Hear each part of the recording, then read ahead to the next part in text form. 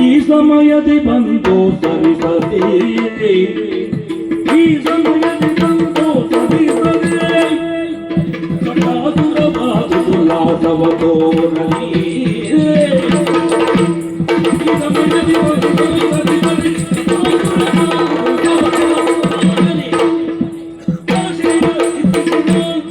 ಧರ್ಮರಾಯ ಭಾಷೆಯ ನಿತ್ಯಹನು ಹಿಂದೊಂದಿನ ಒಂದು ಕಾಲಘಟ್ಟವನ್ನು ನೀನು ಯೋಚಿಸು.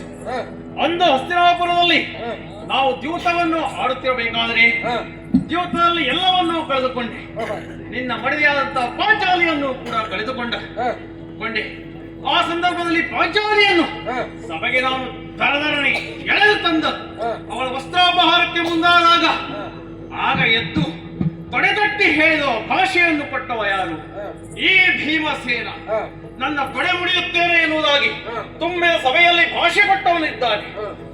ಈ ಭೀಮ ನನ್ನ ಬದ್ಧ ವೈರಿಯಾದರೂ ಗುರುಕುಲಕ್ಕೆ ಸೇರಿದವನು ತಾನೆ. ಆದ್ದರಿಂದ ಇಂದು ಅವನ ತೊಡೆ ಮುರಿಯುವಂತಹ ಕಾರ್ಯಕ್ರಮಕ್ಕೆ ನಾನು ಒಂದು ಅವಕಾಶವನ್ನು ಮಾಡಿಕೊಡುತ್ತಾ ಇದ್ದೇನೆ. ಆದ್ದರಿಂದ ಈ ಭೀಮನ ಗಂಡಸೇ ಆಗಿದ್ದರೆ ಅವನ ಮುಖದಲ್ಲಿ ಇರುವಂತಹ ಮೀಸೆ ಹುಟ್ಟಿದ್ದೆ ಅಂತಾದರೆ, ಅವನಿಗೆ ಚುಕ್ಕೆಚ್ಚು ಇರುವುದೇ ಅಂತಾದರೆ ಇಂದೀ ಭೀಮನ ನನ್ನ ಬೆದರಿಗೆ ಬಿಡು.